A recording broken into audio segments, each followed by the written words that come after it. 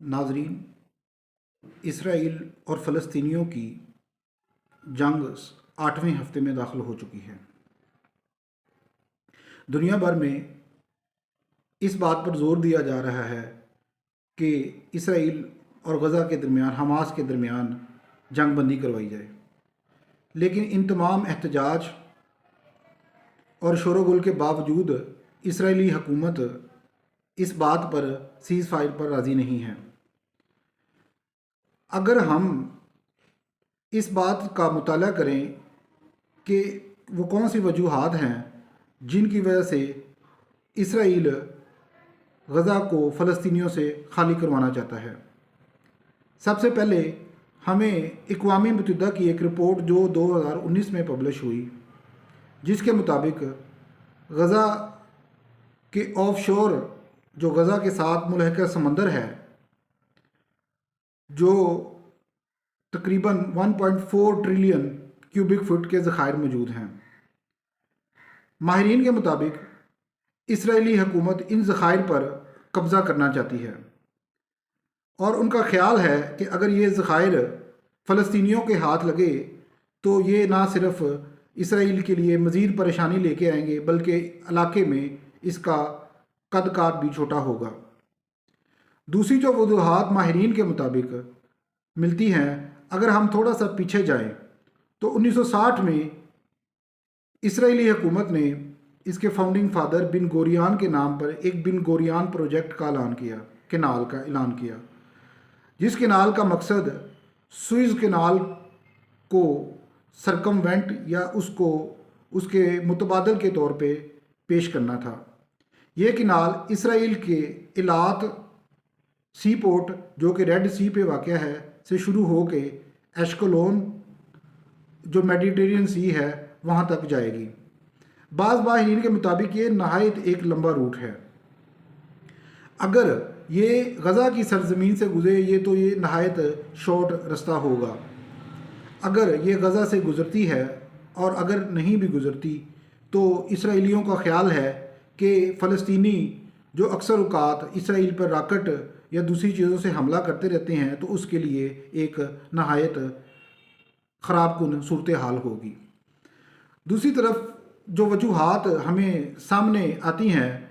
वो मौजूदा हालिया तौर पे इंडिया के अंदर India middle east Europe corridor का आगाज़ किया गया, जो कि इसराइल से होके गुज़रता है। ये कॉरिडोर इंडिया को मिडल ईस्ट और यूरोप की मार्केट से मिलाएगा। तो मे बी वेस्टर्न पावर्स और इसराइल का ये भी ख्याल हो कि मौजूदा या आने वाले दौर में फ़लस्तीनी लोग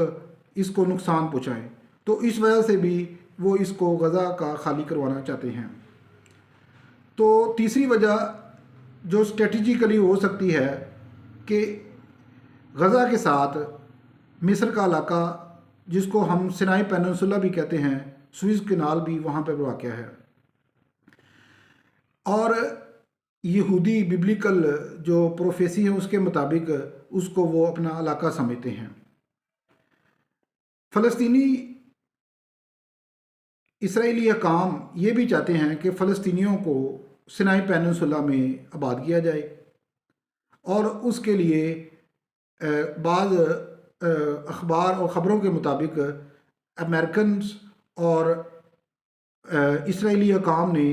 मिस्र को एक बहुत बड़े पैकेज का भी दावा किया कि अगर वो इनको इस बात पर आमादा होते हैं कि फ़लस्तीनियों को सिनाई पेनिनसुला में बसाया जाए तो ये काफ़ी फ़ायदेमंद होगा। लेकिन अगर हम थोड़ा सा इसको गौर से देखें तो ये एक इसराइल की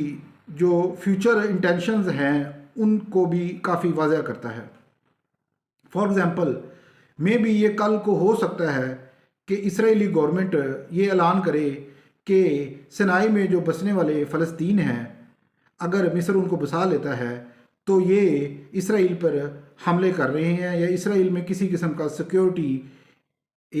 प्रॉब्लम्स क्रिएट कर रहे हैं। तो ये अमकान है कि इसराइली गवर्नमेंट प्रीएम्प्टिव मेजर्स लेते हुए ان پہ اٹیک کرے یا سنائی کو اوکوپائی کرنے کی کوشش کرے۔ تو ایک ریزن یہ بھی ہو سکتی ہے کہ مصری حکام اس چیز کی اجازت نہیں دے رہے۔ اگر ہم ان تمام عوامل کا بغور مطالعہ کریں تو ہمیں یہ بات بڑی کلیئر طور پہ واضح آ جاتی ہے کہ جیسا کہ یوکرین اور رشین وار کے بعد ویسٹرن کنٹریز جو گیس کی شارٹیج کی وجہ سے کافی نقصان برداشت کر رہے تھے، ان کے لیے یہ کافی ایک گڈ پیکیج ہے۔ اسی وجہ سے کبھی اسرائیل کے اندر اسرائیلی فرینچ سفیر آ رہا ہے، کبھی برٹش گورنمنٹ کے نمائندے آ رہے ہیں، کبھی امریکنز آ رہے ہیں۔ تو ہم یہ تمام ڈسکشن سے یہ اندازہ لگا سکتے ہیں کہ اس کے پیچھے جو ریزنز ہیں اسی کی وجہ سے اسرائیل غزہ کو خالی کروانا چاہتا ہے۔